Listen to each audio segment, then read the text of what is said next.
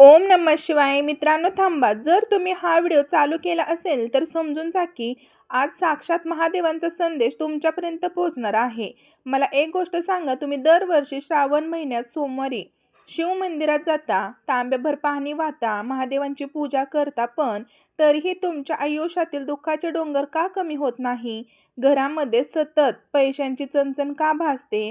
कर्जाचा डोंगर कमी होण्याऐवजी का वाढत जातो आणि घरातल्या माणसांचे आजारपण का संपत नाही?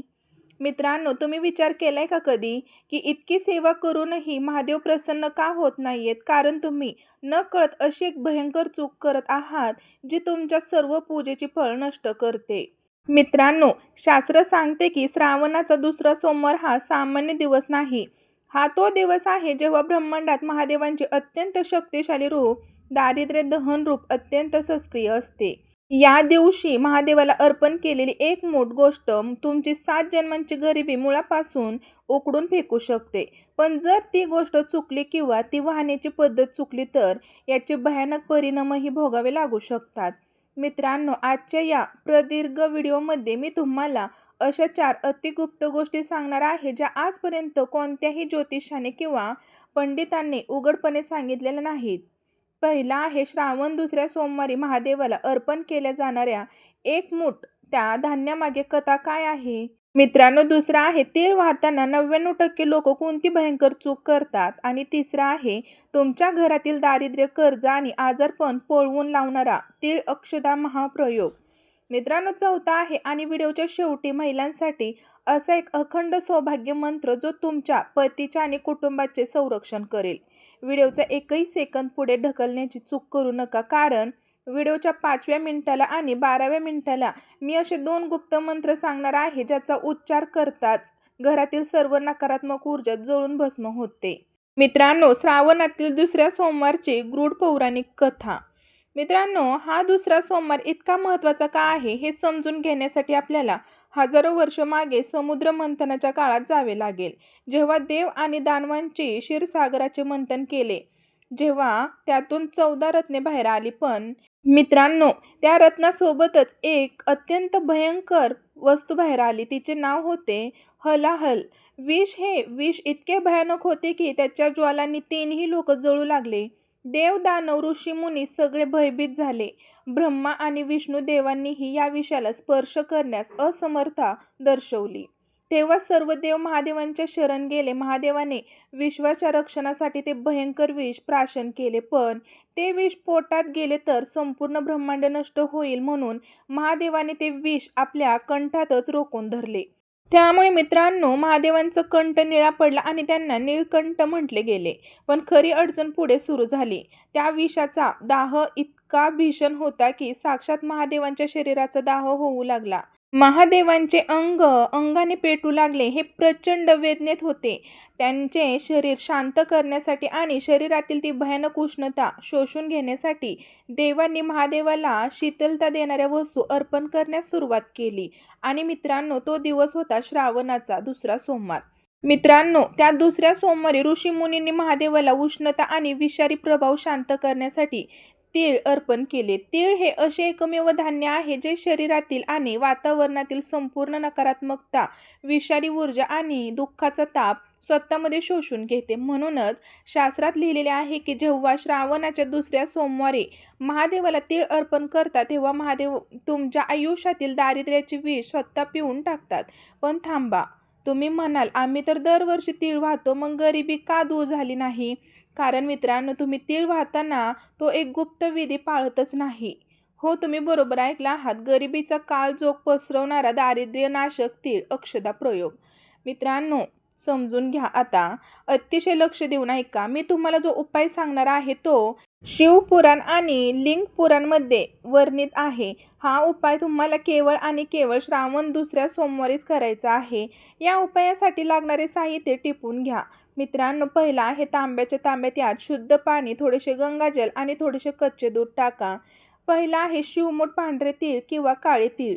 1 मूठ अखंड अक्षदा तांदूळ, एकही तांदूळ तुटलेला नसावा. एक लहान तुपाचा किंवा तेलाचा दिवा घ्या. त्यानंतर उपायाची योग्य विधी. पहिली पायरी, सोमवारी सकाळी सूर्योदयाच्या वेळी किंवा सकाळी 10च्या आत स्नान करून स्वच्छ कपडे परिधान करा.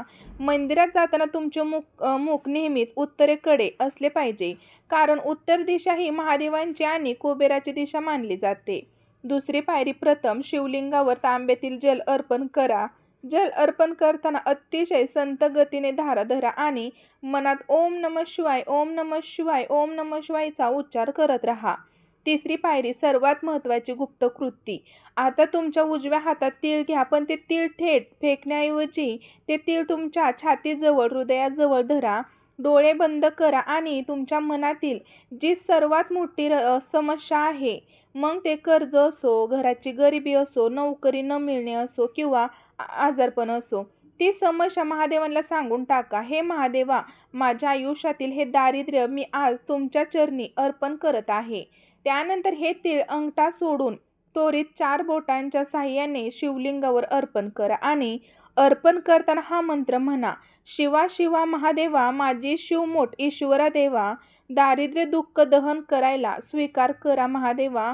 चौथी पायरी, ज्याबद्दल कोणालाच माहीत नाही. तीळ अर्पण केल्यानंतर शिवलिंगावरून जे जल खाली वाहिले जाते, त्यातील थोडेसे जल आपल्या उजव्या हाताच्या तळव्यावर घेऊन तेच जल आपल्या घराच्या मुख्य प्रवेशद्वारावर शिंपडा आणि उरलेले जल स्वतःच्या कपाळावर लावा. त्याचे शास्त्रोक्त कारण काय आहे? शिवपुराणानुसार या जलाने घरातील सर्व वाईट शक्ती दूर होते आणि गरिबीची प्रवेश कायमचा बंद होतो. मित्रांनो, महिलांसाठी अखंड सौभाग्याचा आणि पतीच्या रक्षणाचा दिव्य उपाय. माझ्या प्रिय सुवासिनी आणि पूज्य भगिनींनो, घराची स्त्री ही त्या घराची अन्नपूर्णा आणि भाग्यविधाती असते. जर घरातील स्त्री आनंदी असेल आणि तिची पूजा सफल झाली तर त्या घरात कधीही दुःखाची सावली येत नाही. श्रावणी सोमवारी महिला महादेवांची पूजा करतात, पण दुसऱ्या सोमवारी माता पार्वती आणि महादेवांच्या संयुक्त पूजेला अनन्यसाधारण महत्त्व आहे. जर तुमच्या पतीच्या आयुष्यात वारंवार संकट येत असतील, नोकरी व्यवसायात अडथळे येत असतील किंवा तुमचे वैवाहिक आयुष्य तणावपूर्ण चाललेले असेल, तर हा उपाय तुमच्यासाठी वरदान आहे. मित्रांनो, काय करायचे आहे? दुसऱ्या सोमवारी महादेवाला तिळाची शिवमोठ वाहिल्यानंतर बाजूला असलेल्या माता पार्वतीच्या मूर्तीला किंवा प्रतिमेला हळद कुंकू आणि लाल अक्षदा अर्पण करा. दुसरा आहे, माता पार्वतीला 5 हिरव्या बांगड्या आणि लाल रंगाचे सुवासिक फूल अर्पण करा. तिसरा आहे, पूजा झाल्यानंतर ती 1 हिरवी बांगडी आणि थोडेसे कुंकू प्रसाद म्हणून स्वतःच्या पूजेच्या साहित्यात ठेवा किंवा कपाटात ठेवा आणि बाकीच्या बांगड्या एखाद्या सुवासिनीला वहा किंवा मंदिरात अर्पण करा. माता पार्वतीचा अखंड सौभाग्य सिद्ध मंत्र. आता मित्रांनो, माता पार्वतीसमोर हात जोडून डोळे मिटून या मंत्राचा 5 वेळा 11 वेळा जप करा. हे गौरी शंकर अर्धांगिनी, यथात्व शंकर प्रिया, तथा मा कुरु कल्याणी, कांत कांता सुदुर्लभा. या उपायाचे फळ शास्त्र सांगते की ज्या स्त्रीने श्रावण दुसऱ्या सोमवारी माता पार्वतीला ही सौभाग्याची लेणी अर्पण केली, तिच्या पतीला दीर्घायुष्य लाभते, पतीच्या मार्गातील सर्व विघ्न दूर होतात आणि ज्या जोडप्यांना जन्मोजन्मीचे अखंड सौभाग्य प्राप्त होते.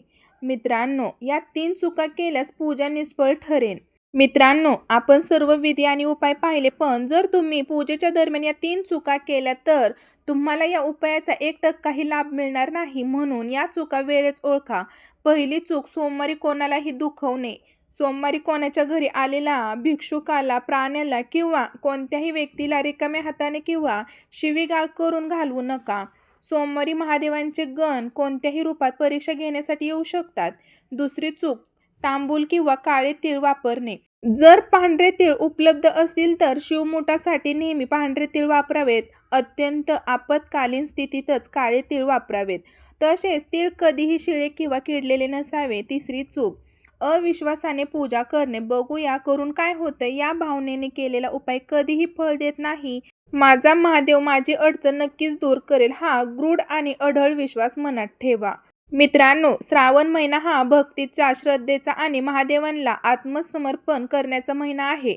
या दुसऱ्या सोमवारी पूर्ण श्रद्धेने आणि भक्तिभावाने हा 1 मूठ तिळाचा उपाय करा. तुमच्या आयुष्यातील पैशांची अडचण, कर्जाचा ताण आणि घरातील आजारपण महादेव नक्कीच हरण करतील. जर तुम्हाला साक्षात महादेवांवर आणि या उपायांवर विश्वास असेल तर कमेंट बॉक्समध्ये आत्ताच लिहा हर हर महादेव. पाहूया आज महादेवांचे किती सच्चे भक्त कमेंट करून आपली उपस्थिती लावतात. हा माहितीपूर्ण आणि पवित्र व्हिडिओ तुमच्या नातेवाईकांना, मित्रांना आणि सोशल मीडियावर ग्रुपवर नक्की शेअर करा, कारण तुमच्या एका शेअरमुळे जर कोणाच्या आयुष्यातील दारिद्र्य दूर झाले तर त्यांचे पुण्य तुम्हालाही मिळेल. अशाच नवनवीन सखोल आणि धार्मिक उपायासाठी आपल्या चॅनलला आत्ताच सबस्क्राईब करा आणि शेजारील बेल आयकॉनलाही प्रेस करा. भेटूया लवकरच एका नवीन व्हिडिओमध्ये. धन्यवाद.